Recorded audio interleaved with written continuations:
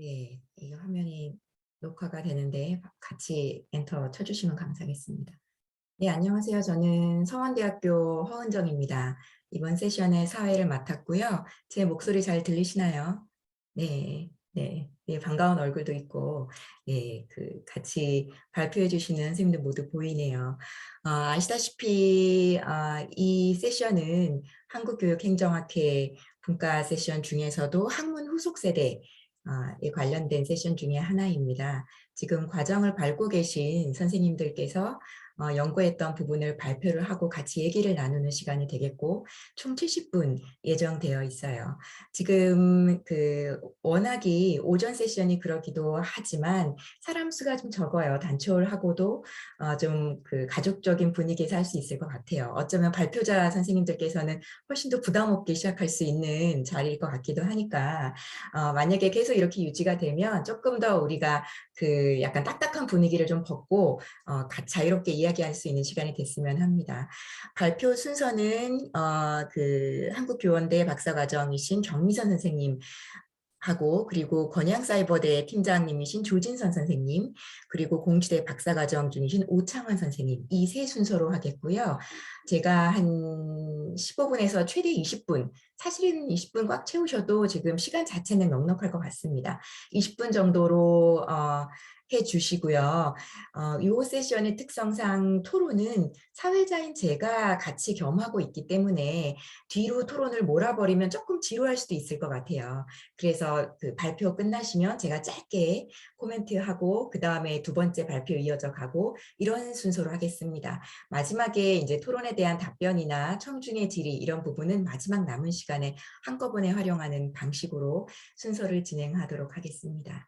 네, 앞서서 인트로 조금 해드렸고요. 경미 선생님 워밍업 좀 되셨죠? 네, 그러면 제가 지금 화면 공유가 전체가 모두 되는지, 예, 모든 참가자가 화면 공유가 가능하네요.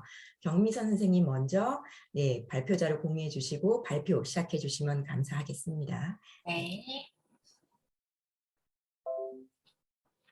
안녕하세요. 저는 한국교원대학교에서 박사과정 공부를 하고 있는 경미선이라고 합니다. 오늘은 지속가능 발전 교육을 위한 학교 조직문화 탐색이라는 연구 주제로 선생님들 여러 연구자분들 앞에서 발표를 하게 되었습니다. 지금부터 제 발표를 시작하도록 하겠습니다. 오늘의 발표는 이러한 순서로 진행할 예정입니다. 첫 번째, 연구의 필요성과 목적, 그리고 두 번째, 연구의 주제와 관련되는 지속가능 발전 교육과 학교 조직 문화의 이해에 대해 언급을 하려고 합니다. 그리고 마지막에는 이 연구의 목적인 지속가능 발전 교육을 위한 학교 조직 문화 탐색 결과를 말씀드리고자 합니다. 첫 번째, 연구의 필요성입니다. 산업화 이후 발생하게 된 환경오염과 자연고갈, 인간 소외와 불평등, 계층 간 갈등과 불균형 등의 문제가 결과적으로 우리 삶의 질을 떨어뜨리기 시작되면서 지속가능 발전의 개념에 대한 관심은 제기되기 시작하였습니다. 환경 문제에 대한 레이첼 칼슨의 경고는 그 심각성을 사회에 알리는 계기가 되었고, 세계환경발전위원회는 우리 공동의 미래라는 브룬란트 보고서를 통해 지속가능한 발전의 개념을 정의하고 세계 주요 기구의 실질적인 움직임을 촉구하였습니다. 이후 브라질 리우데자네이루 정상회담에서 지속가능 발전을 위한 협약 체결이 이루어졌으며 국제연합 기본 협약을 기반으로 한 구체적인 실천 기반을 마련하는 등 지속가능 발전에 대한 관심은 전 세계적으로 확산되기 시작하였습니다. 이와 같은 논의가 지속되는 가운데 지속가능 발전을 위한 교육적 노력이 필요하다는 주장이 제기되고 있습니다. 학교가 갖고 있는 본연의 역할을 생각해 보았을 때 지속가능 발전 교육을 위한 교육적 차원의 노력은 지속가능 발전을 위한 근원적인 변화를 가져올 수 있는 이상적인 방법이 될 것이라는 의견이 지속되고 있으며, 이에 세계 각국은 교육의 지속가능성의 개념을 도입하여 미래지향적인 교육 발전과 인류 존속에 대한 관심을 지속시켜 나가고자 노력하고 있습니다. 이에 본 연구는 지속가능 발전 교육과 학교 조직 문화의 개념과 원리를 탐색하여 지속가능 발전 교육이 본래의 취지와 목적을 달성하기 위해 형성되어야 하는 학교 조직 문화의 모습을 제안하고자 합니다. 첫 번째, 지속가능 발전 교육의 개념과 원리를 살펴보도록 하겠습니다. 지속가능 발전 교육이란 모든 사람들이 질 높은 교육의 혜택을 받는 가운데 지속가능한 미래와 사회 변혁을 위해 필요한 가치, 행동, 삶의 방식을 배울 수 있는 사회를 지향하는 교육입니다. 이것은 인류의 현재와 미래를 모두 고려하는 가운데 사회, 환경, 경제, 각 영역의 통합을 추구하는 개념으로 인류의 존속과 미래가 걸려있는 주제인 만큼 사회 각 분야에서 중요한 이슈로 주목받고 있습니다. 이러한 지속 가능 발전 교육은 내적 가치 지향성, 미래 지향성, 총체성, 협력성의 원리를 갖는다고 할 수 있습니다. 가장 먼저 내적 가치 지향성의 원리입니다. 지속가능 발전 교육은 산업화 이후 외적 성장에 집중한 사회 발전으로 인해 인간의 존엄성이라는 중요한 가치를 소홀히 여기게 되었다는 문제점에 집중하여 우리가 인간으로서 갖추어야 하는 따뜻한 심성을 함양하고 공존과 평화의 의식을 이해하며 그리고 또 존중과 평등이라는 가치를 존중하는 것들과 같은 곳에 집중하며 모두가 함께 어울려 살아가는 지구촌을 만들어 나가야 함을 강조하고 있습니다. 이에 지속가능 발전 교육은 내적 가치 지향성을 갖는 원리라고 설명할 수 있겠습니다. 다음으로 미래 지향성의 원리입니다. 지속가능 발전 교육은 현재 세대와 미래 세대의 조화를 추구하고 지속적인 성장 방안을 모색하는 방식입니다. 이것은 현재 우리의 삶을 보존하는 것을 넘어 미래의 삶의 질을 향상시킬 수 있는 방안에 대해 고민하며 더 나은 삶을 위한 목표를 설정하고 방향을 제시하는 등 미래지향적인 원리를 기반으로 하고 있다라고 이야기할 수 있겠습니다. 다음 세 번째, 지속가능 발전 교육의 총체성의 원리입니다. 지속가능 발전 교육은 지속가능한 사회로 나아가기 위한 지식과 가치, 태도, 역량 등을 함양하는 교육적으로 환경적, 사회적, 경제적 차원에서의 총체적 접근 방식을 취합니다. 이러한 방식의 접근은 세계 각지에서 발생하는 다양한 문제에 대한 관심과 그에 대한 학습자 개개인의 균형 있는 사고를 촉진하여 지속 가능성의 눈으로 세상을 바라볼 수 있는 안목을 형성하며 사회 전반의 통합과 성장을 추구한다고 할 수 있습니다. 마지막은 협력성의 원리입니다. 지속가능 발전 교육을 성공시키기 위해서는 관련 있는 동료 교수자 및 전문가와 같은 다양한 주체들 간의 협력이 중요시 여겨지는데요. 이러한 접근 방식은 환경, 사회, 경제, 각 영역의 고유성을 존중하면서도 사회 발전을 위해 다양한 주체 간의 적극적인 소통과 협력을 이뤄내고 있습니다. 자, 이러한 네 가지 지속가능 발전 교육의 원리를 다음으로 학교 조직 문화에 대해 살펴보도록 하겠습니다. 학교 조직 문화는 학교라는 조직을 결합시키고 고유한 정체성을 부여하는 공유된 지향성의 체제입니다. 즉, 학교 조직 문화는 학교 구성원들의 상호작용과 의사결정의 기반으로 학교 교육활동 과정의 기준이 되는 가치와 신념으로 역할하며 조직의 목표 달성과 효과성 제고의 측면에서 중요한 역할을 하는 가치체제입니다. 그렇기 때문에 학교 조직 문화를 살펴보는 것은 학교 교육의 지속가능 발전 교육을 적용하기 위한 가능성을 탐색하는 데 중요한 의미가 있다고 할 수 있겠습니다. 학교 조직의 특수성에 대해 살펴보도록 하겠습니다. 학교 조직은 여러 가지 특징을 갖고 있지만 교육 조직이라는 특성에 기인하여 다른 조직과 구분되는 가치 지향성, 민감성, 교과와 삶의 연속성, 공동체성이라는 특수성을 갖고 있습니다. 가장 먼저 가치 지향성은 교육이 인간 삶의 변화를 목적으로 한다는 데에서 출발합니다. 학교는 사람이 인간으로서 삶을 영위하는 데 필요한 교육이 이루어지는 곳으로 한 개인의 성장과 변화 및 사회 유지와 존속을 위한 역할을 수행합니다.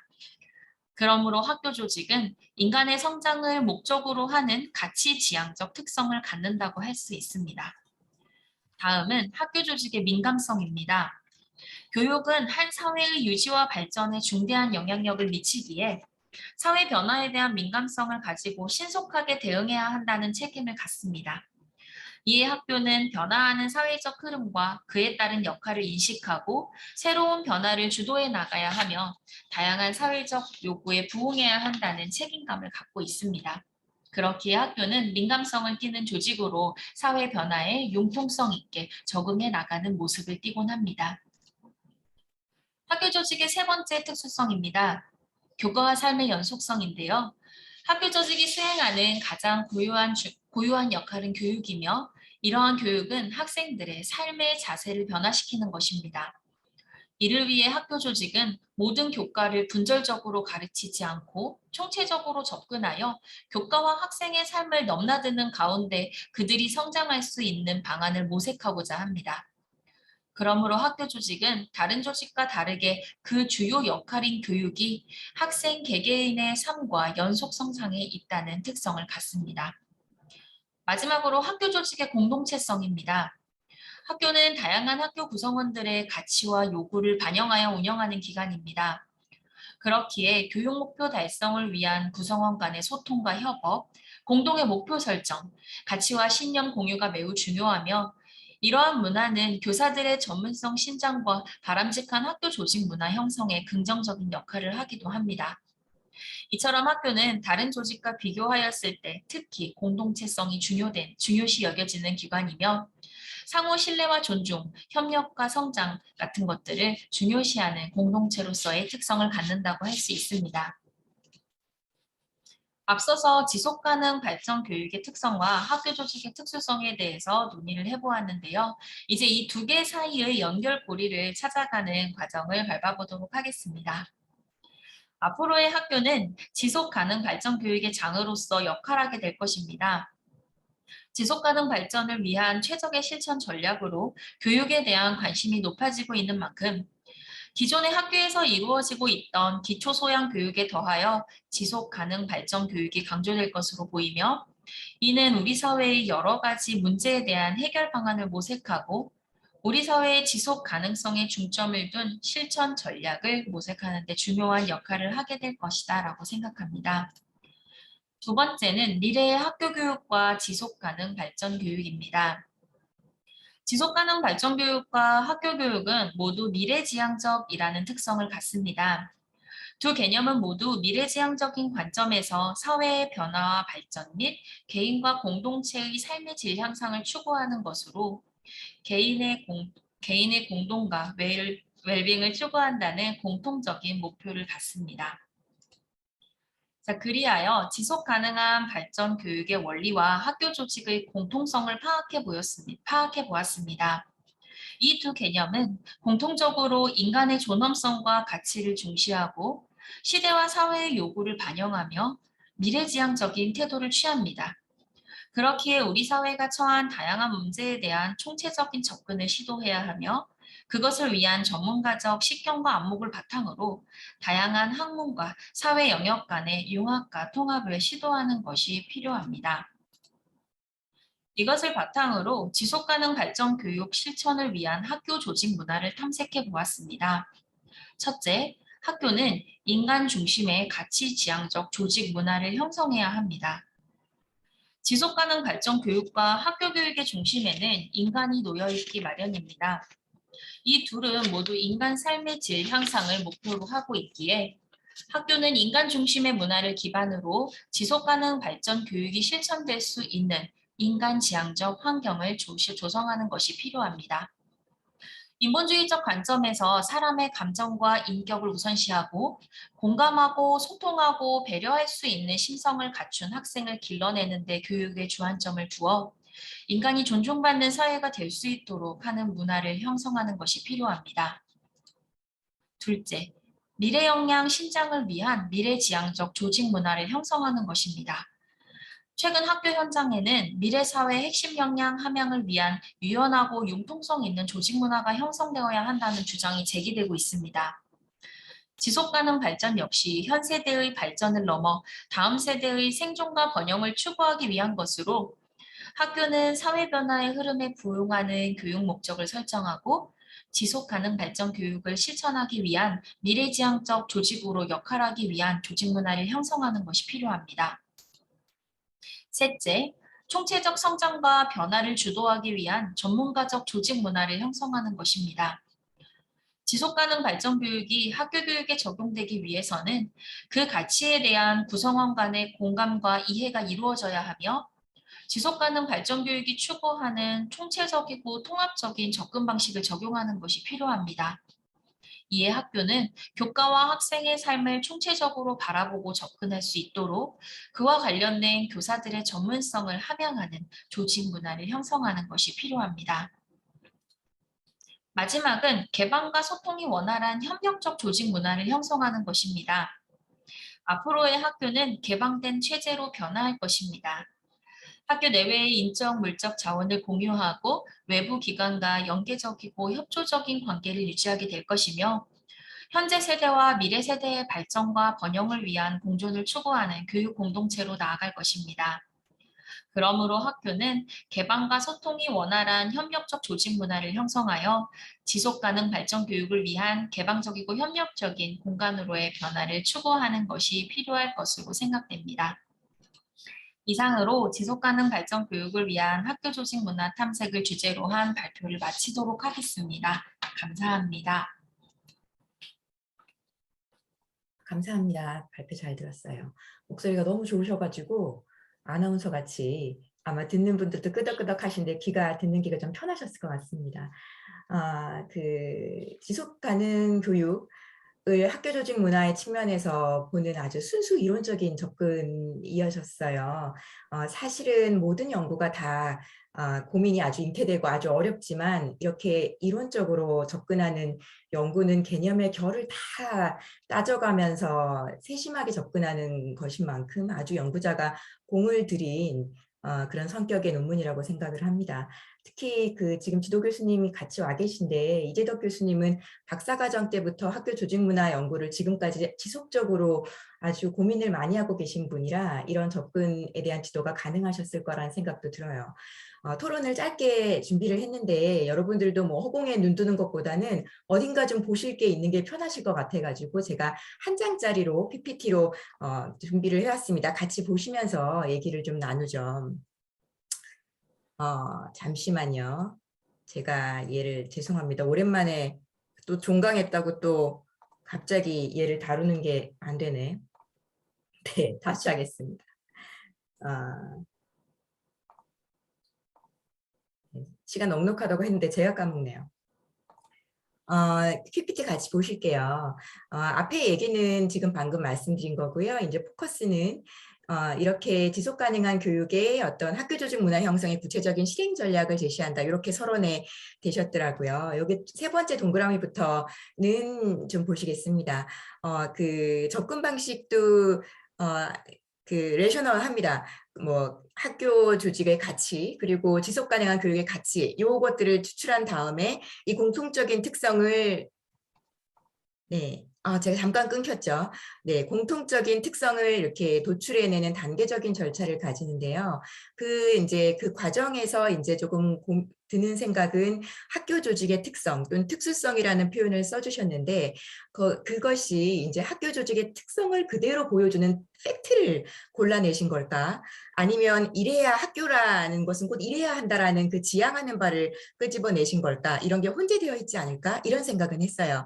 예를 들어서 민감성 같은 경우에는 분명히 시대에 따라서 그래줘야 되는 건 맞는데 뭔가 교육 지체라고 표현을 하시기도 했죠. 조용한 교수께서는 그 환경에 아주 무디게 느리게 되는 부분도 분명히 다른 조직에 비하면 있고 보수적인 부분도 있어서 그런 측면도 같이 고려가 됐어야만 학교에서 실제로 실행될 때 놓칠 수 있는 부분 여기에 대한 감안이 같이 좀 되지 않을까 싶은데 여기서는 그 접점을 찾느라고 서로 만나는 지점에 관련된 특수성만 고려한 부분도 있다. 이런 생각은 듭니다.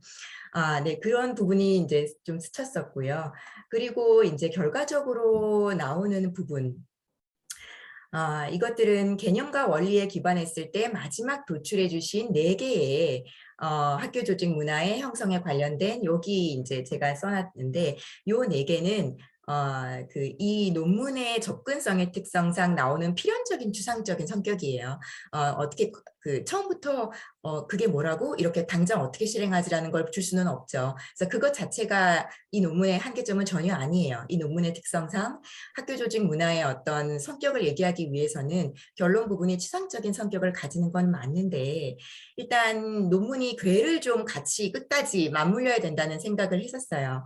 네, 이 논문에서는 이 학교 조직 문화 형성에 관련돼서 이 구체적인 실행 전략을 제시해 주겠다라고 했다면 조금 더 구체적인 면이 나와서 이 마지막 결론의 절에서 나왔던 이 네 개의 절들, 요 인간 중심 가치 지향 조직 문화부터 개방과 소통의 원활한 협력적 조직 문화까지 네 개가 비전과 어떤 실행 전략 조금 더 구체화된 그 내용까지 담고 있었으면 이 연구에서 목적한 바를 도달하지 않을까 하는 생각이 듭니다. 이 논문의 목적 자체가 그 학교 조직이 내포하고 있는 문화의 가치까지를 보여주겠다라고 한다면 지금 선에서도 그 궤가 완성이 되는 것 같아요. 근데 이제 서론에서는 구체적인 실행 전략을 말을 했기 때문에 만약에 이게 어떤 논문을 준비하는 어떤 첫 단계에서 중간 발표를 한 거였다면 예를 들어서 지금까지의 모습은 뼈대를 세운 어떤 중심적인 뼈대를 세운 그 단계였다면 그 이후에는 말씀하신 구체적인 실행 전략에 도달하기 위한 살붙이기, 후속 연구가 가능하겠다는 생각이 듭니다. 뭐 방법은 연구자가 생각했을 때 적절한 부분은 뭐든지 가능할 것 같습니다.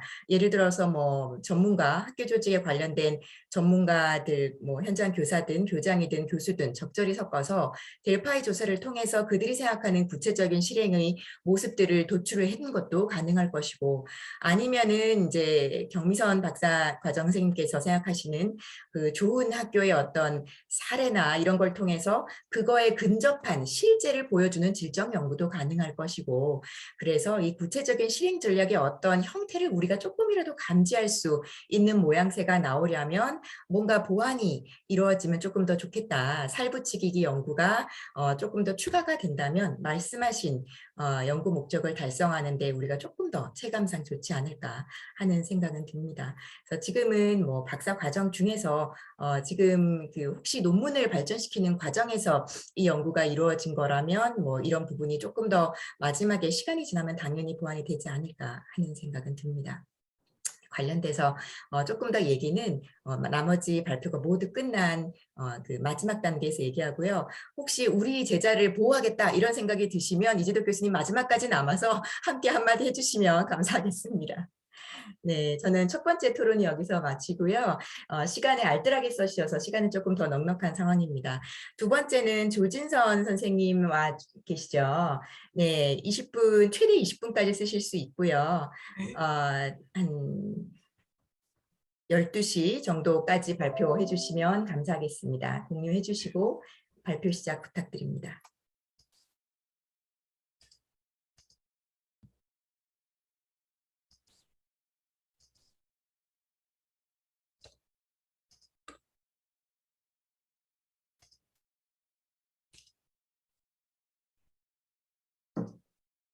네, 발표를 시작하도록 하겠습니다. 저는 지금 공주대학교 석사 과정에서 지금 다니고 있고요. 같이 그 박사 과정 중에 있는 신현 교수님하고 같이 작성을 했습니다. 제가 연구하고자 하는 그 연구 제목은 보시는 바와 같이 사이버대학 중도 탈락생의 재입학 과정에 관한 연구입니다. 그를 연구를 하는 중에 있어서 교수와의 관계를 중심으로 연구한 결과를 공유드리도록 하겠습니다. 네, 구성은 다음과 같이 짜여져 있습니다. 먼저 첫 번째 서론입니다.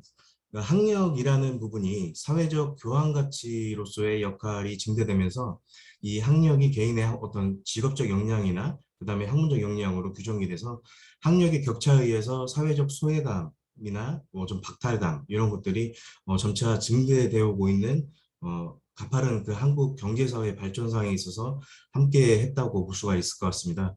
그래서 이 직업교육과 평생교육 부분을 대체하는 부분이 일반 대학에서 이제 사이버대학교와 방송통신대학교 등 원격대학으로 전이되면서 사이버대학교는 2001년 9개 대학을 시작으로 현재 2022년까지 총 21개 대학 그리고 재학생은 12만 명, 졸업생은 32만 명에 달할 정도로 양적 팽창을 거듭해왔습니다.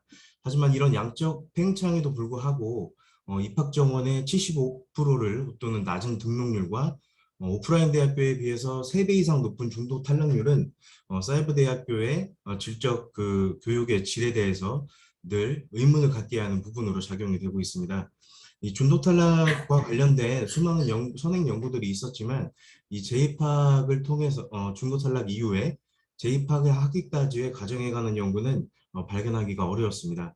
김수현은 중도 탈락생은 대부분 연구자들의 관심이 아니며 이 관심의 대상에서 벗어남으로써 이들의 관련 자료나 관리가 전혀 되지 않고 그래서 이 중도 탈락생들은 대학과 사회로부터 사각지대에 놓여 있다라고 얘기하기도 했습니다. 지금까지 대학 재입학과 관련된 선행 연구들을 보면 고등학생들의 학교 밖 이탈 이후에 재입학하는 과정에 관한 연구나 4년제 학사학위를 취득한 학위를 소유한 사람들이 다시 전문대학으로 편입하는 역편입이라고도 표현을 하던데요. 이런 재입학 관련된 선행 연구들이 줄을 이루고 있었습니다.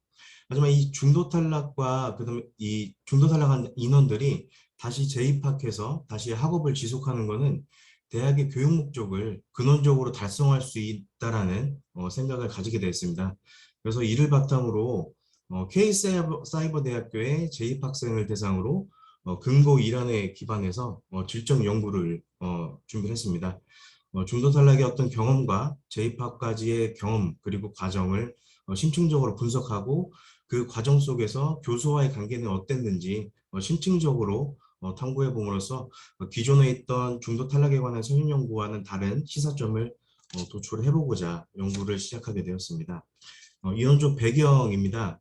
사이버 대학이나 성인학습재단에 대한 개념은 다들 이제 교육 관련 기관에서 몸을 닦고 계시기 때문에 설명을 좀 생략하고 넘어가도록 하겠습니다. 아까 말씀드린 것처럼 오프라인 대학교는 중도 탈락률이 평균 6.7%를 기록하고 있고 사이버 대학교는 3배 이상을 웃도는 17.2%를 기록을 하고 있습니다. 이 중도 탈락률은 또 학생 개인뿐만 아니라 사회적으로도 부정적인 영향을 끼친다는 선행 연구들도 있었습니다. 그래서 이 학생 중도 탈락 학생들이 중도 탈락하기 전에 학업을 끝까지 유지하려는 그 본질적인 이유를 파악하는 것이 중요하고 이 중도 탈락 이후에 다시 재입학하는 사례는 학생 적응적 서비스 마련에 이론적 기틀을 제시할 수 있을 것이라고 생각을 했습니다. 다음 보시는 표는 전국 사이버대학교 재입학 학생 현황을 조사한 자료입니다.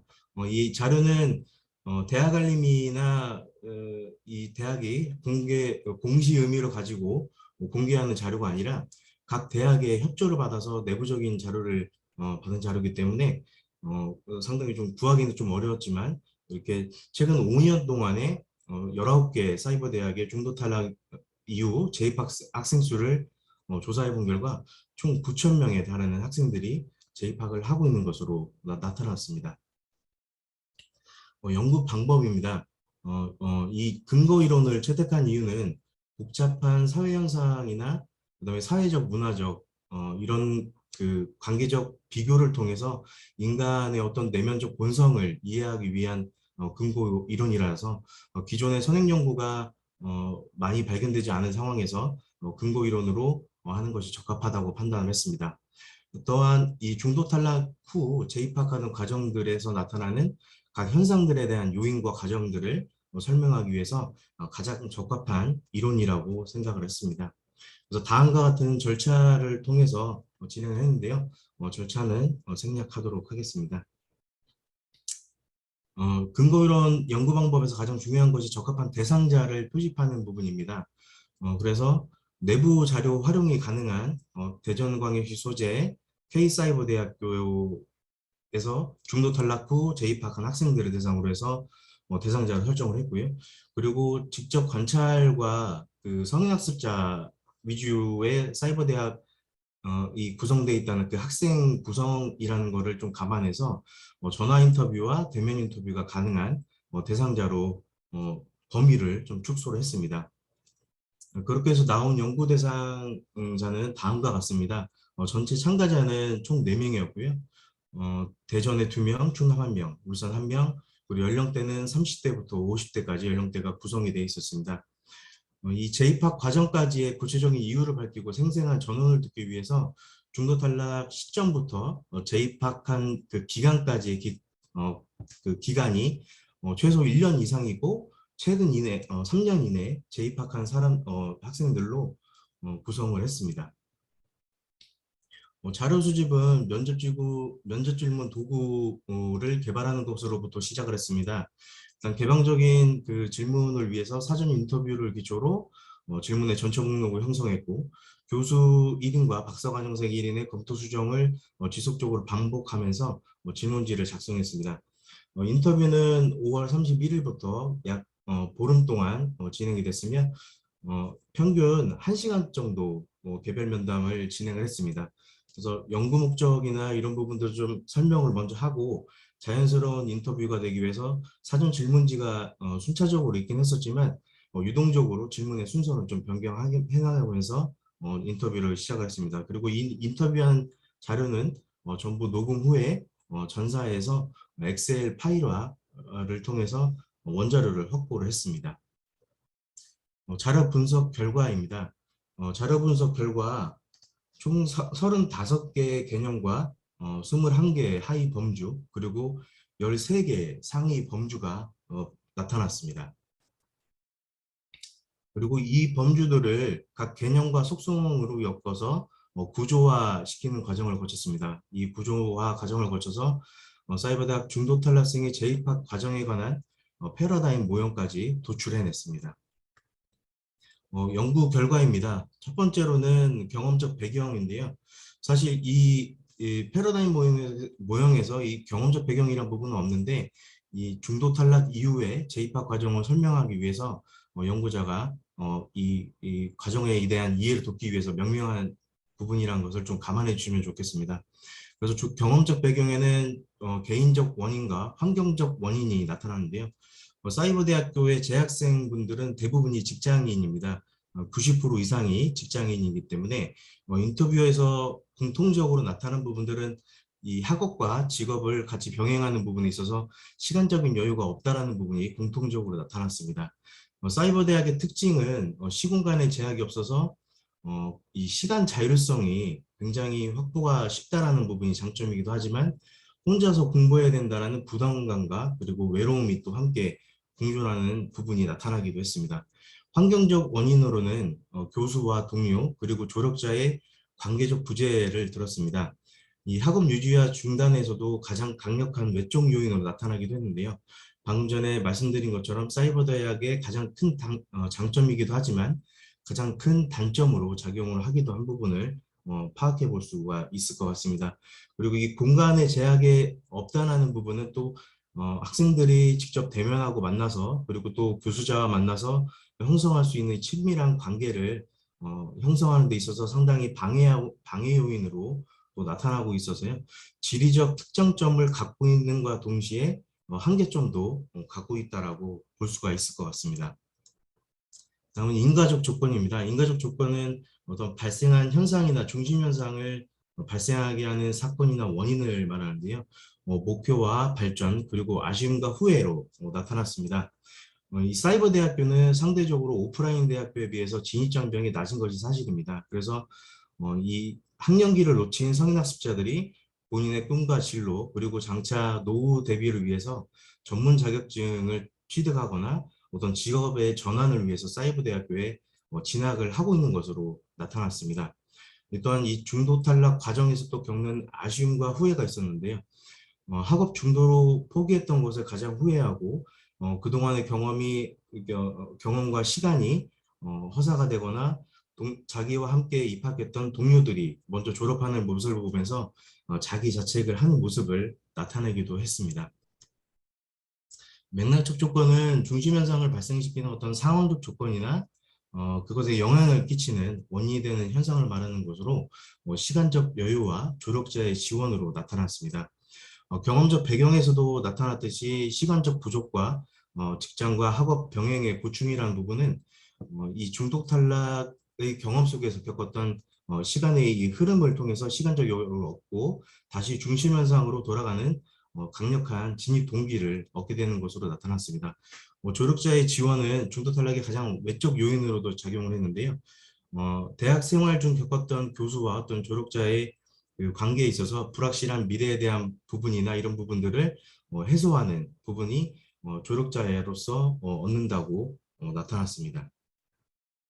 다음 중심 현상은 이 연구에서 다루는 중심 현상제 재입학인데 이 재입학 관련해서 연구 참가자들 모두 다가 이 재입학에 관한 제도에 대한 어떤 사전 인식은 없었고 교수와 그다음에 지인의 안내를 받아서 재입학하게 되는 것으로 파악이 됐습니다. 중재적 조건은 작용 사고작용 전략을 촉진시키거나 통제하는 것으로 적극적인 태도와 상호작용 필요성 인지로 나타났습니다. 지난 날에 대한 선택에 대한 후회와 그 다음에 재입학한 이후에는 그것이 의욕과 태도로 변하는 것으로 나타났습니다. 상호작용 필요성 인지는 성인 혼자 본인이 해내야 된다는 어떤 부담감에서 주변의 도움을 받고 진로 상담이나 수업 설계 등을 받아서 이 한계를 극복해 나가는 모습들을 발견할 수 있었습니다. 상호작용 전략은 어떤 현상을 겪거나 실행하기 위해 생기는 참가자들의 행위나 작용 반응 등을 나타내는데요. 크게 교수와의 상호작용 그리고 동료와의 상호작용을 볼 수가 있습니다. 직업과 병행해서 이제 혼자 학업과 진로를 설계하는 것은 굉장히 힘든 일입니다. 하지만 교수와의 상호작용 부분에 있어서 교수와 상호작용을 굉장히 열심히 잘했던 학생분들도 있었던 반면에 그런 부분이 아예 없었다가 이런 질문을 이 연구 과정에서의 질문을 통해서 그런 부분들의 중요성을 깨달은 것은 연구의 또 다른 작은 수확이라고도 할 수가 있을 것 같습니다. 그 다음에 같이 그 입학을 해서 학업을 병행하는 친절한 선후배는 이 어려움을 이겨내는 가장 기본적인 환경 조건이었고 특히나 이 코로나 시기에 이 SNS 등 개인 그 메신저를 통한 이 커뮤니티 활동들이 중요한 소통 장치로 인식이 된 것을 파악해 볼 수가 있었습니다. 결과 부분입니다. 이 부분은 현재 경험하고 있는 현상에 대해 대응하기 위해 작용 상호작용에 따라 나타나는 결과를 얘기하는데요.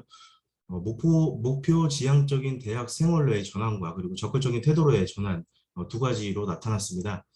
지난 실패의 경험을 내재화해서 앞으로 이 목표를 위해서 내가 지금 더 한 걸음 나가고 있다는 안도감과 그리고 내가 입학 목적을 달성하기 위해서 발전하고 있는 자신을 발견했다는 부분과 그 다음에 이 코로나 상황에서도 코로나 상황 속에서 재입학을 모두 했지만 이제부터 시작이라는 긍정적인 시각으로 대학 생활에 임하고 재입학 결정을 후회하지 않는다라고 참가자들은 모두 공통적으로 얘기를 했습니다.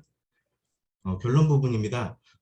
이 연구는 사이버대학교의 중도 탈락한 학생들이 왜 다시 재입학을 할까? 그리고 그 과정에서 교수와의 관계에는 어떻게 작용을 했을까에 대한 부분을 연구하기 위해서 진행이 됐고 1년 동안 공백이 있던 재입학자 4명을 대상으로 진행이 됐습니다. 크게 결론 부분을 보면 경험적 배경부터 맥락적 상황까지의 내용들을 간추려 보면 경험적 배경에서 가장 큰 원인은 개인적 그리고 환경적 원인이었고 사이버대학교의 특장점인 그 시간의 자율성이란 부분이 개인적 원인에서는 중도 탈락을 발생시키는 원인으로 작용할 수도 있다는 부분이 발견되었고 환경적 요인에서도 원격 수업의 장점인 공간에 제한이 없다는 부분에서 조력자의 부재와 유대관계를 축소시키는 부분이 나타나는 등 양면적인 특성이 또 발견되기도 했습니다. 또한 이 두 가지 요인은 중심 현상으로 다시 재진입시키는데 강력한 동기부여로 작용하기도 했습니다.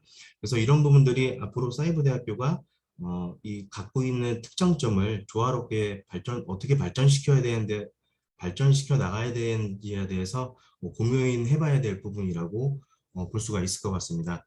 중재적 조건부터 결과까지 봤을 때는 이 성인학습자는 일반 학년기 학생보다도 교육에도 적극적으로 참여하고 높은 성취 욕구를 갖고 있기 때문에 적절한 교수와 그리고 동료의 적절한 상호작용들이 가미가 된다면 이런 부분들을 바탕으로 학생들이 다시 학교로 복학하거나 아니면 중도 탈락할 수 있는 학생들에게 있어서 학업을 지속할 수 있는 그 요인들을 지속적으로 학생들에게 제공해 줄 수 있는 부분을 또 하나의 방안으로 고민해 봐야 된다는 결론에 도달했습니다.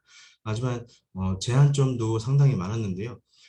직장인이 대다수인 사이버대학교의 학생들을 대상으로 하다 보니 사례 인터뷰의 횟수가 그만큼 많지 못했었고, 또한 코로나19 관계로 면대면 어떤 만남의 부담감으로 인해서 참가자 전원이 인터뷰로 진행됐다는 부분은 반드시 교정이 돼야 될 부분이고, 대면 인터뷰가 반드시 확대되어야 될 부분입니다.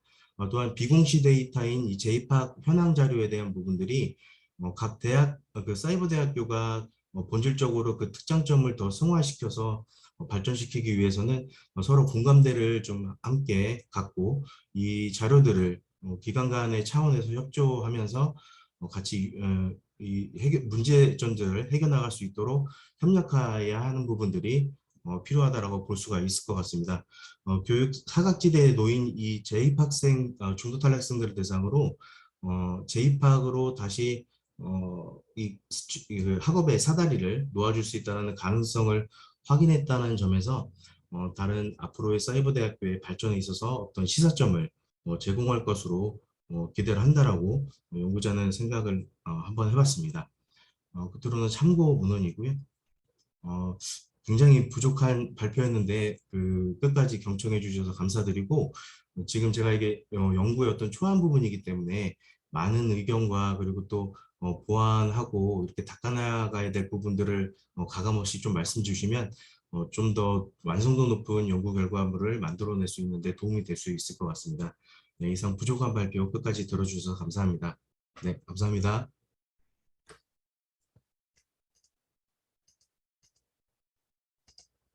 네, 아유, 발표 잘 들었습니다. 전혀 부족하지 않은 발표셨고요. 차분하게 잘 내용 전달됐습니다. PPT도 아주 깔끔한데요. 그 주제가 너무 시의적절하셨어요. 사이버 대학도 점점 평생교육 차원에서 보면 점점 확대되고 있기도 하고, 플러스 일반 오프라인 수업을 하면은 일반 대학에서도 코로나를 계기로 비대면 수업이 활성화되고 그 이후에도 계속 증대가 되고 있을 때 중도 탈락률 문제를 어떻게 해결하기가 어려워서 그 고등교육, 평생교육 뭐 어느 분야든 많은 시사점을 줄 수 있는 시도였다고 생각을 합니다. 연구자가 말씀하신 것처럼 데이터 자체가 많지가 않아서 그거를 모두 다 조사를 하고 그 표로 구성하는 데까지는 이제 단순히 통계 자료 끄집어내신 게 아니라서 아주 한 땀 한 땀 공이 들었을 거라고 생각을 해요. 여기 좀 보시면요. 네, 제가 뭐 길지는 않습니다만, 이 좋은 문제의식이랑 좋은 데이터를 어떻게 더 그 설득력 있게 끌어낼 수 있을까, 이런 생각을 좀 했습니다. 일단, 이 이론적 배경부터, 이건 뭐 중요한 부분은 아니지만 도움이 될까 해서 말을 드리면요. 선생님 논문에서는 이론적 배경 부분이 용어, 텀 중심으로 이렇게 되어 있어요. 뭐 학업, 뭐 그 중단 또는 중도 탈락. 제가 지금 외운 상태여가지고 정확하게는 기억이 안 나는데 잠깐 다시 볼게요. 그렇게 되어 있거든요. 뭐 중도 탈락, 학업 지속, 뭐 이런 식으로 그 텀 중심인데, 이론적 배경은 theme 중심으로 해주시면 훨씬 더 풍부해질 거라는 생각이 듭니다. 이게 개념어 중심으로 하다 보니까 뭐 그 중도 탈락이란 이렇다, 뭐 이렇게 나오고, 학업 지속에 관련된 두 번째 절에서는 또 학업 지속이란 이렇다 하면서 그 선행 연구가 살짝 겹치기도 하고 조금 약한 느낌이 있어요. 그래서 연구 동향 특징을 중심으로 주제가 어떤 분류가 되는지, 또는 이게 사이버 대학이 너무 없으면 그것 또한 이론적 배경의 하나로 보여주면 되니까, 일반 대생에서의 중도 탈락일이나 또는 코로나 때문에 원격 수업되면서 중도 탈락이 많이 생긴 거나, 이렇게 선행 연구를 좀 확대해서 이런 식으로 되고 있는데, 마지막 이 주제에서 초점을 맞추고 있는 이 사이버 대학의 중도 탈락은 이렇게 줄어들고 있고, 그나마 있었던 주제들은 이런 식으로 좀 나뉜다, 이렇게 주제를 분류하는 방식으로 하면 내용 전달이 훨씬 더 매끄러워질 거라는 생각이 좀 들었습니다. 그래서 이 부분은 말씀을 좀 드리고요. 그중에서도 양적 연구가 더 많은 게 있을 거예요. 그래서 질적 선행 연구는 있었다면 2개 정도를 그냥 보여주지 마시고 얘네들은 포커스가 어떻게 달랐는지, 그리고 내가 하려는 연구랑 뭐가 다르기 때문에 나는 이 연구에서 뭘 끄집어낼 것인지, 이렇게 얘기를 스토리를 좀 만들어 가시면 단순히 개념어를 제시하는 거랑은 좀 다를 그 이론적 배경에서부터 독자를 좀 확 끌 수 있지 않을까, 이런 생각은 듭니다. 네, 그리고 이 연구 결과를 훨씬 설득력 있게 보여주는 부분을 말씀을 드리고 싶은데, 물론 다각도로 각 층을 근거 이론에 근거해가지고 연구의 틀에 맞춰서 잘 보여주셨어요. 그런데 이 연구의 초점은 지금 연구의 제목의 부제를 논문에서 보면 교수와의 관계를 중심으로 이렇게 되어 있단 말이에요. 그래서 각각의 입체적인 그 측면들을 보여주시면서 그 중에서도 이 재입학으로 다시 돌아온 사람들이 교수와의 관계에서 뭐가 있었길래 이럴까, 이거를 아마 보고 싶으셨던 것 같아요. 그런데 이 연구 결과에서는 그게 드라마틱한 어떤 그 상호작용이 잘 안 보였다라는 아쉬운 점이 좀 있었습니다. 어떤 계기로 교수와의 상호작용이 촉발이 됐을까? 그리고 이게 그 교수와 그 입금이 어떻게 나갔던 사람이 다시 돌아올 때 이끌었을까? 이런 게 좀 그 입체적으로 보여줬으면 좋겠어요. 그래서 지금은 사례자가 많지 않았다라는 걸 스스로 한계점으로 찍으셨는데, 저는 이렇게 면담을 통한 질적 연구는 일반화가 아니기 때문에 지금처럼 어렵게 섭외한 4-5명은 충분해요. 하지만 그 관계가 조금 더 깊숙이 대화가 돼서 이 재입학 이후에 자기 경험에 대한 소회를 넘어서 지금 현재의 인터뷰는 사실은 조금 그 보여주신 내용이 짧다고 생각을 합니다. 1시간 동안 했던 내용 중에서 이 사람들이 교수가 어떤 말을 해가지고 다시 재입학 지원서를 냈고, 그 과정에서 뭐가 나를 뭉클하게 했고, 뭐 그 과정에 뭐가 어려웠는데 다시 끌어주셨고, 이런 내용들이 낱낱이 조금 더 보여준다면 그 움직임을 훨씬 더 입체적으로 볼 수 있지 않을까. 그래서 이런 부분이 아마 가지고 계신 데이터가 지금 묵혀 있는 게 있을 텐데, 그 전사 자료를 좀 보시고 이 말씀하셨던 초점을 맞추고 싶었던 그 상호작용에서의 그 이끌어냄을 조금 더 중점적으로 더 그 날 데이터들을 끌어서 보여주시면 훨씬 더 지금도 초안이라고 말씀을 하셨으니까 우리가 보고자 하는 걸 더 생생하게 보여주실 수 있지 않을까 하는 생각은 듭니다. 그래서 그 부분을 다시 한번 데이터를 솎아주시는 작업을 한번 하시면 그 보완 작업이 훨씬 더 의미 있게 될 것 같다는 생각은 듭니다. 네, 발표 잘 들었고요. 감사합니다. 그러면 3번째 발표 들어가겠습니다. 지금 네, 잠시만요. 제가 화면이 순간 멈춰가지고요. 네, 교원 성과급제 공정성 인식 관련 연구의 동향 분석으로 오창환 선생님이 준비해 주시고 계시는데, 네, 발표 부탁드리겠습니다. 네, 안녕하십니까. 저는 공주대학교 박사과정 오창환입니다. 네, 아까 이제 선생님 그 발표를 더 들으면서 저거 제 얘기하는 건가 싶을 정도로 일과 학업을 병행을 하고 있는데, 오늘 마침 또 제 과목 시험 보는 날이라서 어젯밤에 막 오류를 발견해서 오늘 아침 일찍 와서 시험지 다시 인쇄하고 갈아 끼고 감독 갔다가 이제 자리에 앉았거든요. 그래서 정신없이 또 하루가 지나가는데 다들 이렇게 또 바쁘신데도 이렇게 참석해 주셔가지고 감사합니다. 일단 화면 공유를 하겠습니다.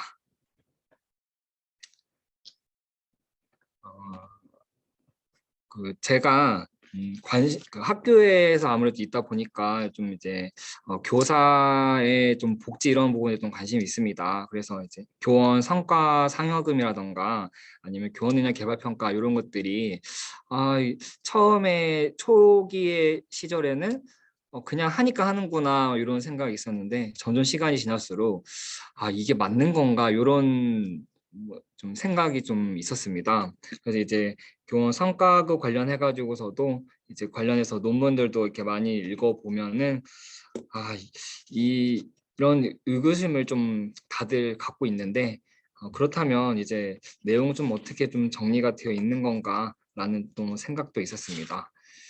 우선은 이제 서론, 이론적 배경, 방법, 결과, 결론, 제언으로 이렇게 순서가 되어 있고요. 일단은 성과 상여금은 2001년도부터 이제 지급이 되기 시작했는데 도입 초기부터 참 논란이 많았습니다. 무엇보다 교육의 성과를 측정하는 것이 가능한가 이런 논란이 있었는데, 그래서 교원 단체들은 도입됐을 때부터 연가 투쟁을 한다던가 아니면 성과급을 반납하고 아니면은 팩스 민원으로 해가지고서 교육부로 마비시키기도 하고 이런 상당히 사회적인 논란이 있었고요. 이러한 논란이 있는 이유 중에서는 이제 뭐 정부의 일방적인 집행과 그다음에 일관성 없는 정책도 있긴 하지만 그에 못지않게 공정성에 문제가 있다라고 이렇게 연구자를 제시하고 있습니다.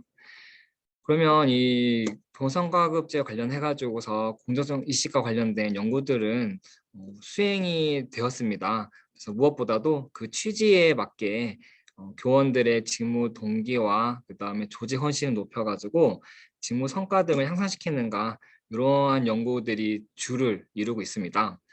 근데 이제 일단은 공정성 인식을 다루고 있는 연구에 대해서 정리된 내용들은 없고, 무엇보다도 어떠한 경향성을 가지고 연구가 진행되었는지 과거와 현재를 좀 통찰할 필요가 있으며, 이를 통해 가지고 구체적인 연구 방향 설정에 좀 도움이 될 수 있을 거라 생각이 듭니다.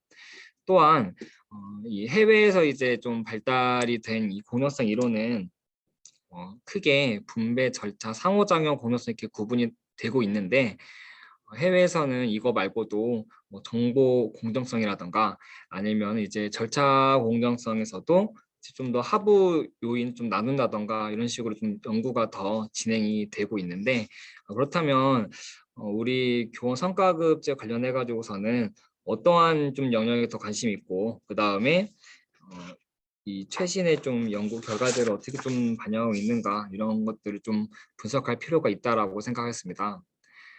그래서 본 연구에서는 이 교원 성과급제 관련된 공정성 인식과 관련된 연구 동향의 특징을 좀 분석해가지고 시사점을 좀 제시하고자 하였습니다. 일단은 성과급은 측정 가능한 직무 수행 실적이나 결과에 보수를 직접적으로 연결하는 제도를 의미합니다. 그래서 95년도에 처음 제정이 되어서 96년도, 7년도에 시행이 됐는데, 이때에는 상위 10% 우수교사에게만 지급이 되어가지고 별다른 사회적인 문제는 없었습니다.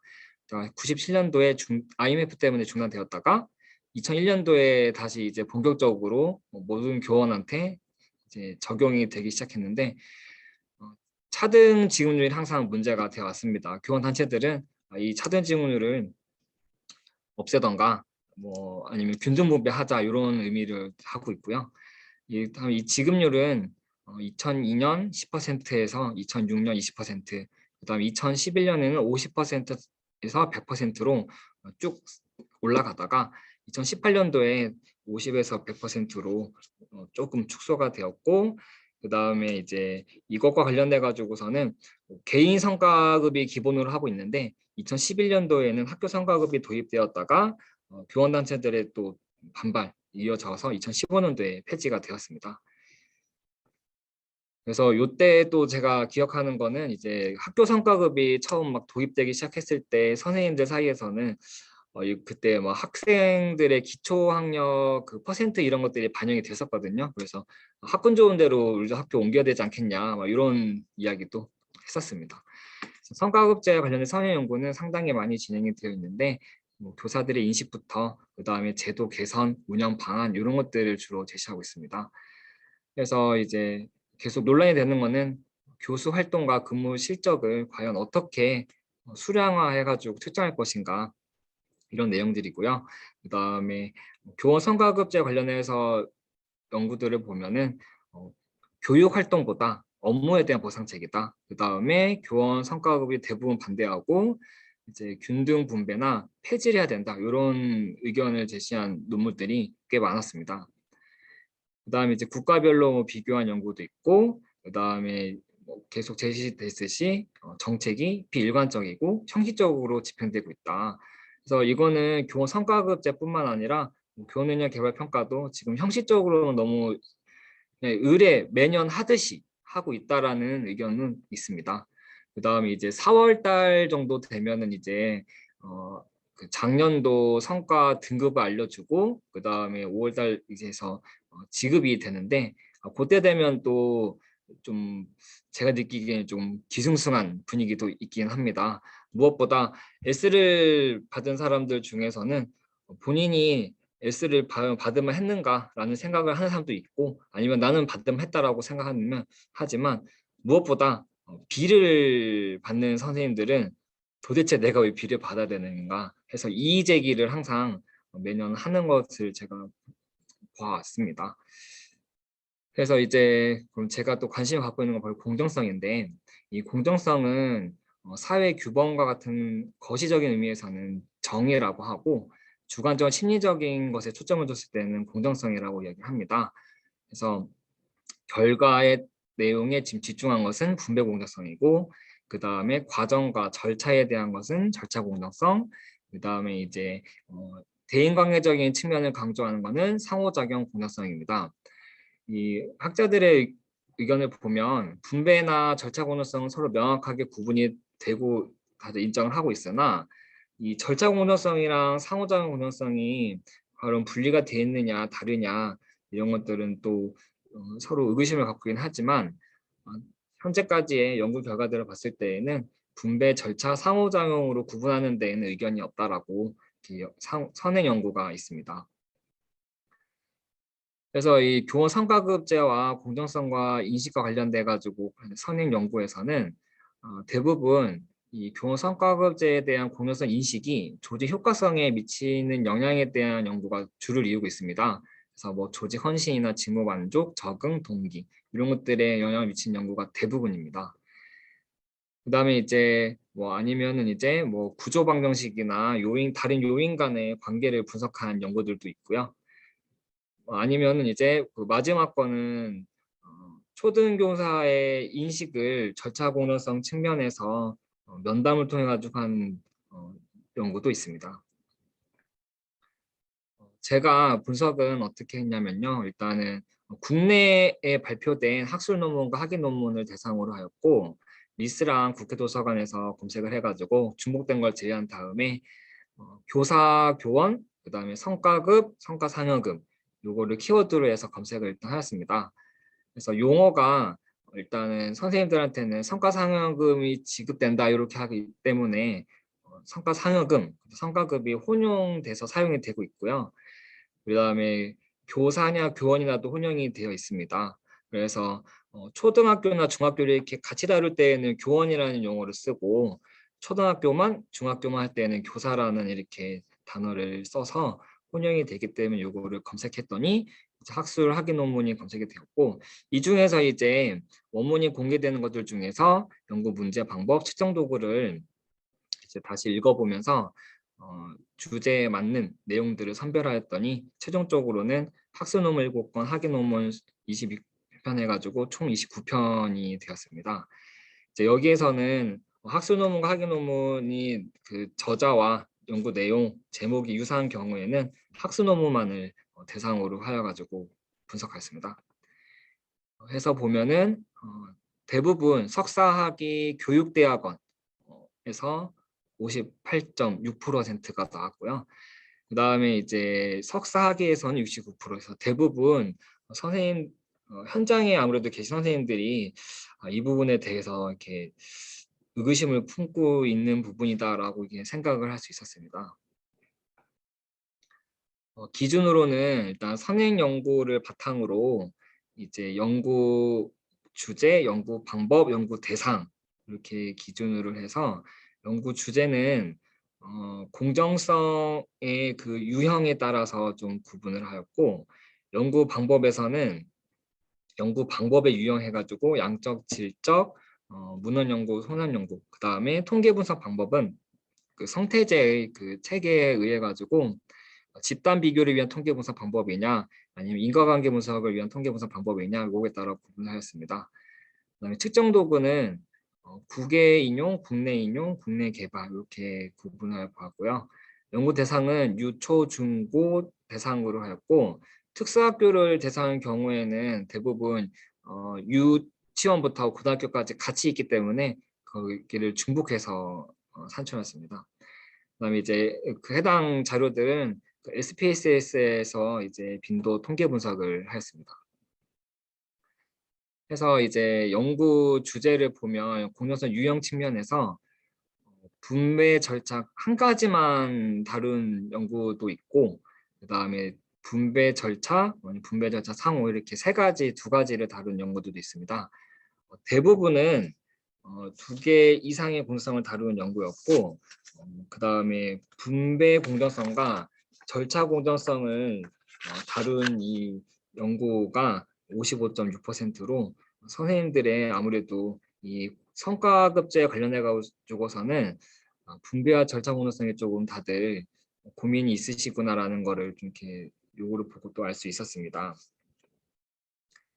연구 방법과 관련돼 가지고서는 29개 그 중에서 27개, 93.1%가 양적 연구로 이제 진행이 되었고, 그래서 대부분 다 이제 설문지 통해 가지고 통계를 하셨고요. 그다음에 질적 연구로 한 연구가 딱 2편 있었습니다. 그래서 아무래도 이 공정성 인식이 조직 효과성에 미치는 영향에 좀 알아보는 연구들이 많다 보니까 양적 연구가 대부분인 것 같습니다. 그다음 연도별로 보면 이제 요 연도 나눈 기준은 아까 이론적 그 배경에서 봤을 때 이제 뭐 2002년도에 뭐 10%, 2006년도에 20% 이렇게 차등 지급률이 변화가 있다거나 아니면 학교 성과급이 11년도에 도입된다거나 이런 거 기준을 해가지고 2003년부터 2018년까지 이렇게 해서 4년 단위로 구분을 하였습니다. 그래서 보게 되면 일단 2011년에서 14년도에 그 전년도와 다르게 12건으로 이제 확 올라가게 되었는데 이때 딱 학교 성과급이 도입되었거든요. 그래서 학교 성과급 도입됐을 때부터 이제 선생님들은 이게 학교 간의 경쟁, 그다음에 학생들의 성적 요것들이 이제 반영이 되다 보니까 좀 더 이게 아니지 않냐 이런 생각을 다들 좀 가졌던 것 같습니다. 네. 그다음에 이제 통계 분석 방법에서는 뭔가 하나 빠진 것 같은데 죄송합니다. 그 표가 지금 하나가 빠졌습니다. 일단은 PDF에서 보시면 잠시만요. 말이 하다 보니까 길어지네요. PDF에서 보시면은 표 4-4번인데요. 집단 비교랑 인과관계 분석에서 여기서 보면은 교원 성과급에 대한 공정 인식에서 대부분 이제 학술 논문 같은 경우에는 인과관계 분석을 하였고, 그 다음에 이제 학위 논문 같은 경우에는 100% 이제 집단 비교를 다 기본적으로 하셨더라고요. 그다음에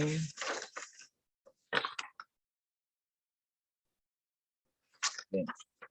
그다음에 이제 그 결과 변수에 대한 연구에서 보시면은 조직 몰입, 뭐 조직 헌신, 직무 만족, 적응 동기 여기에 이 결과 변수를 대부분 이제 집중적으로 반복적으로 측정했다는 것도 알 수가 있었습니다.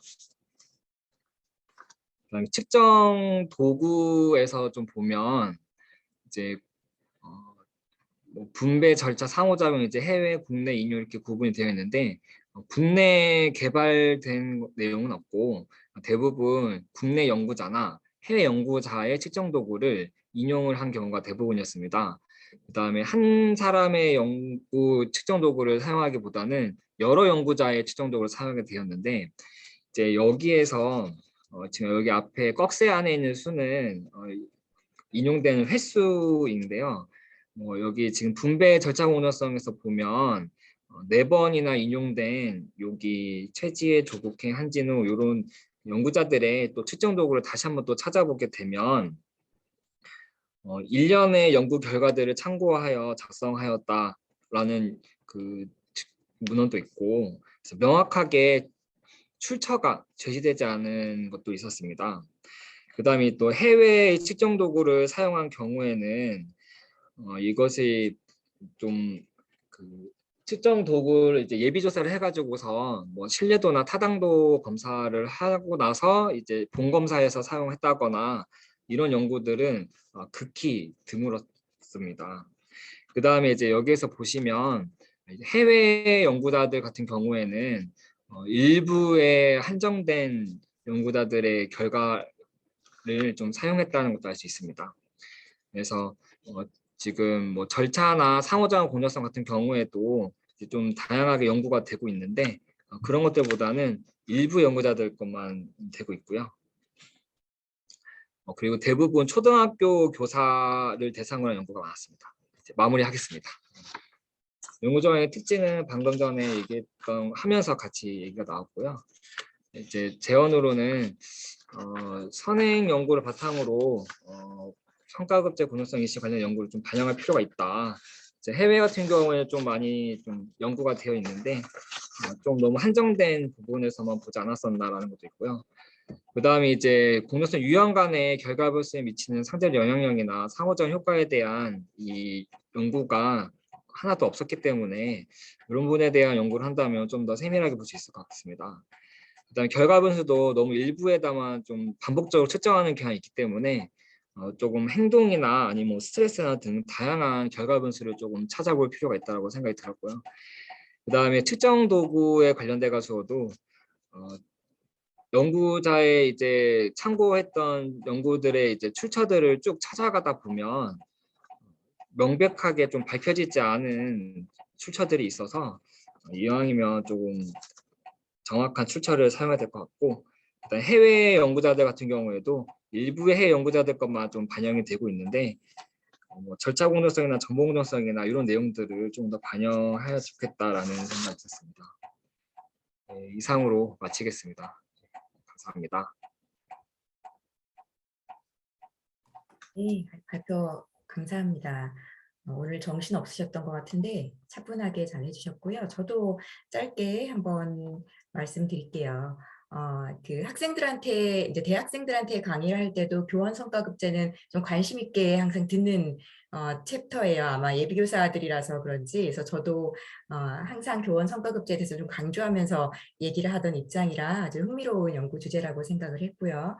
앞에 말씀 그 동그라미 2개처럼 연구 주제도 명료하고 분석 체계 기준도 상당히 꼼꼼해서 많은 내용을 담고 있었습니다. 근데 이론적 배경 부분을 좀 그 길게 말씀해 주시면서 뒷부분을 빨리 넘어가셔가지고 아쉽더라고요. 그 의미 있는 발표 내용들이 많았는데요.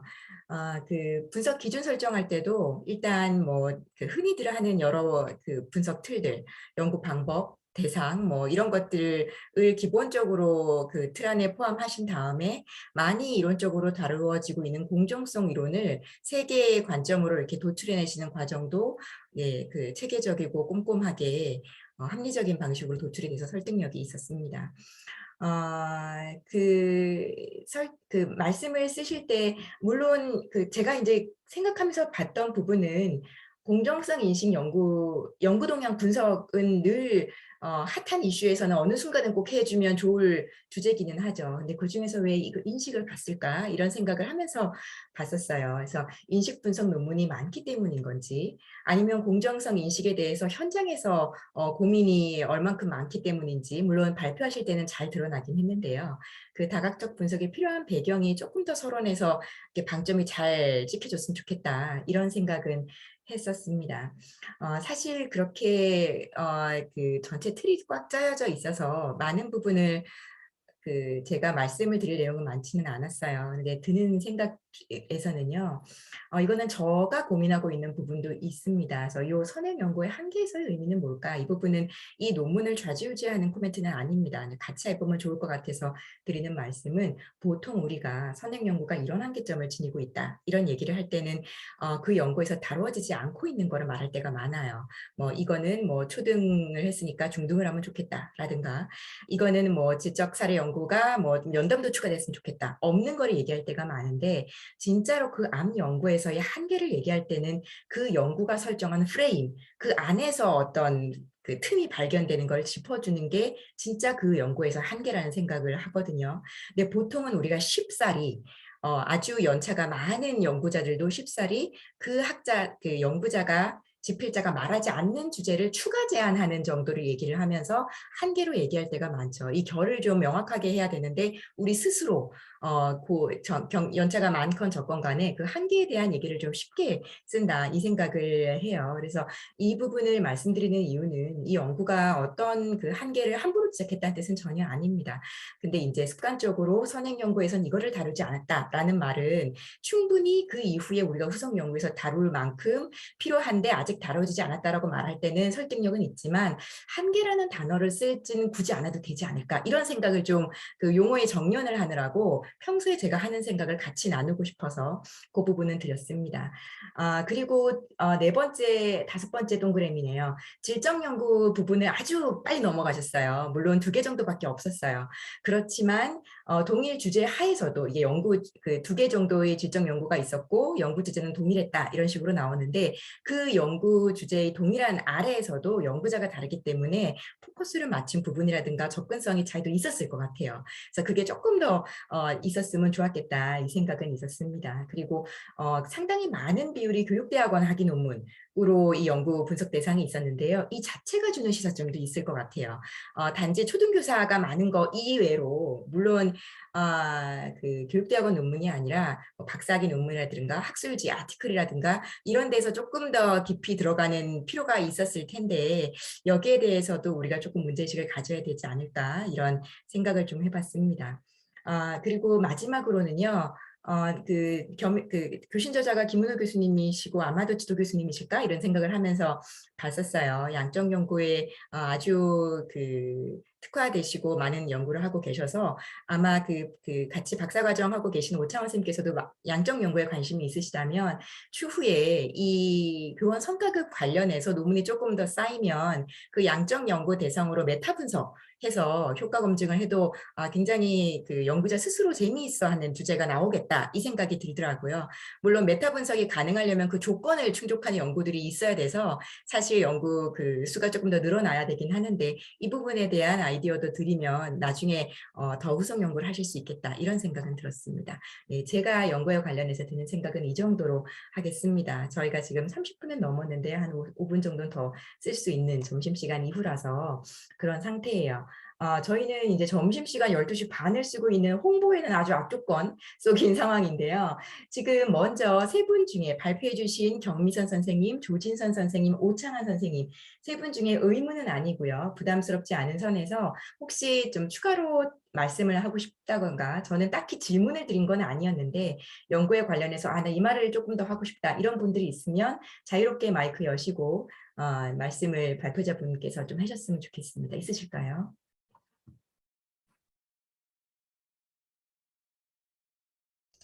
저는 좀 말씀을 드리면 아까 네네. 말씀드린 것처럼 원래 목표는 한 11명을 원래 그 인터뷰를 진행을 네. 하려고 했었습니다. 근데 뭐 여러 가지 이제 그 요건 때문에 뭐 어떤 분들은 이제 사이버 대학이다 보니까 이제 해외에 지금 주재하는 분도 계시고 해서 또 지역적으로도 이렇게 좀 저희 강원도나 이렇게 좀 산간 지역에 계신 분도 좀 많고 그래서 내부적으로 교수님께 이 질적 연구를 좀 잘 다루시는 제가 근무하고 있는 학교에 교수님께도 한번 자문을 구했었는데 일단 그 전화 인터뷰로 하는 부분은 일단 뭐 심사에서조차도 그냥 아예 그냥 대상도 아니라 이렇게 말씀을 주셔서 앞으로 이제 제가 이제 이제 연구 논문 이제 요거를 이제 완성시키기 위해서 이제 또 연구를 하긴 해야 되는데 사실 이게 시간이 좀 많지가 않은 것 같습니다. 그래서 아까 우리 저희 성은정 교수님께서 말씀 주신 것처럼 일단 뭐 대상자 수가 그렇게 많지는 않더라도 인터뷰를 좀 더 깊게 이렇게 좀 했으면 좋겠다는 의견이 정말 큰 힘이 됐고요. 그리고 그런 부분들 좀 더 해서 말씀드리면 사실 이게 제가 이 제2학생에 대해서도 사실 저도 관심이 없었습니다. 제가 이 관련 분야에서 종사를 좀 했었고 그 입학이나 이런 단계에서 좀 제가 근무를 했었는데 아예 관심이 없다가 지금 이제 그 지도 교수님이 저도 아까 그 오창환 교수님과 같은 그 김은호 교수님이신데 굉장히 이제 저는 이제 이런 학문적으로 좀 경험해보지 못한 부분에서 하다 보니까 중간에 정말 이게 굉장히 힘이 들어서 진짜 중간에 이제 중도 탈락하려고 이런 경험을 겪었었어요. 근데 교수님하고 저하고 같이 준비해 주신 신한규 연구원님께서 좀 많이 도움 주시고 해서 그런 부분으로 제가 이런 걸 좀 겪다 보니까 나 같은 사람이 분명히 있을 건데 있던 분들도 다시 이렇게 좀 궤도 안으로 좀 들어오게끔 도와드리고 이렇게 좀 나갈 수 있는 분들도 좀 이렇게 그런 부분들을 좀 완충할 수 있는 방안들 좀 만들어 놓으면 좋겠다라는 부분이 생각이 들어서 아까 교수님 말씀 주신 것처럼 교수와의 관계 위주로 해서 인터뷰를 앞으로 더 준비를 한번 해보도록 하겠습니다. 좋은 말씀 해주셔서 감사드리고요. 아까 그리고 말씀드리고 싶었는데 오창환 선생님은 워낙에 발표를 제가 많이 들어봐서 친근하지만 경빈 선생님 발표를 아까 전에 너무 잘해 주셔가지고 저는 스티브 잡스가 저기 키노트 발표한 줄 알았습니다. 그래서 감명을 많이 받아서 제가 많이 좀 떨었었는데 아무튼 많이 또 배우는 자리가 또 된 것 같습니다. 감사합니다. 아유, 네. 모두가 기분 좋아지는 말씀 감사합니다. 국책연구기관에서도 면담 줌으로 많이 하거든요. 그러니까 비대면이어도 괜찮아요. 근데 얼굴을 봐야 상대도 말을 더 해주기 때문에 추가를 하셔야 되면 줌 같은 방식으로 꼭 안 만나도 그거를 병행하시면 밤에도 가능하니까 예, 꼭 좋은 결실이 있을 것 같습니다. 네. 혹시 지금 막 점점 더 사라지는 와중에 우리끼리 되게 신나서 얘기하고 있는데 혹시 발표 선생님 혹시 추가하실 말씀 있을까요? 없으면 나머지 선생님들 혹시 다른 질문 있는지 여쭤보고요. 네. 혹시 청중들 중에서 밥을 드시고 계시지 않으신다면 질문이 혹시 있으실까요?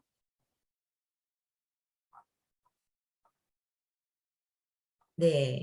네, 좋습니다. 저희가 많은 참가자는 아니지만 좋은 내용을 좀 가족적인 분위기에서 저도 공부 많이 하면서 들었던 시간인 것 같습니다. 이재덕 교수님한테는 제가 남아달라고 했는데도 중간중간 사진으로 바꾸더니 사라지셨네요. 안부 전해주시고요. 네, 모두 좋은 시간 마련해 주시고 말씀 주셔서 감사합니다. 저 여기서 우리 학문 후속 세대 세션 모두 마치겠습니다. 점심 맛있게 드세요. 감사합니다. 너무 감사합니다. 감사합니다. 네.